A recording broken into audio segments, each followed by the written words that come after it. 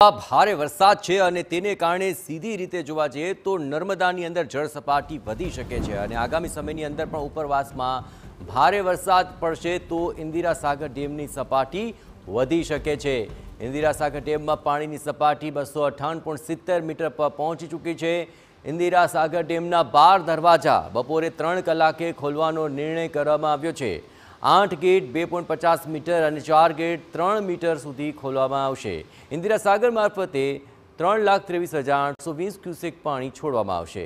જળ વિદ્યુત મથકોને પણ રાઉન્ડ ધી ક્લોક ચાલુ રાખવામાં આવશે। આ ઉપરાંત પાણી છોડાતા સરદાર સરોવરમાં પાણીની આવક શરૂ થઈ જશે। 32 કલાક બાદ સરદાર સરોવરની સપાટીમાં વધારો થવાની શક્યતા જોવાઈ રહી છે। હાલમાં નર્મદા ડેમની જળ સપાટી 125 મીટર પર પહોંચી છે। ડેમમાં 93,000 ક્યુસેક પાણીની આવક સામે 7,000 ક્યુસેક પાણીની જાવક પણ છે।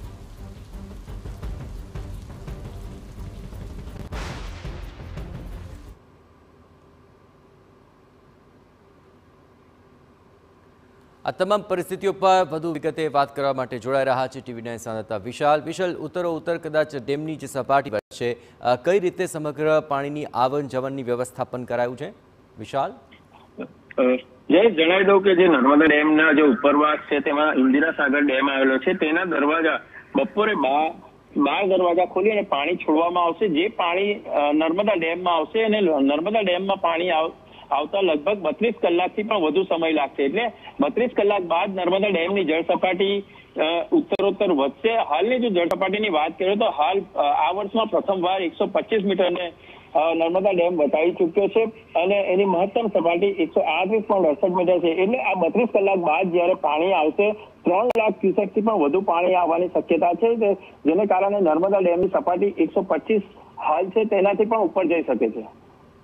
આભાર વિશાલ, તમામ ગતિવિધિઓ પર આપ નજર રાખતા રહેજો। તો 32 કલાક બાદ સરદાર સરોવરની સપાટીની અંદર વધારો થશે અને ખાસ કરીને 8 ગેટ 2.5 મીટર સુધી, 4 ગેટ 3 મીટર સુધી ઇન્દિરા સાગરમાંથી ખોલાશે અને ત્યારબાદ 32 કલાકે સરદાર સરોવર ડેમની સપાટીની અંદર નોંધપાત્ર વધારો જોવા મળશે।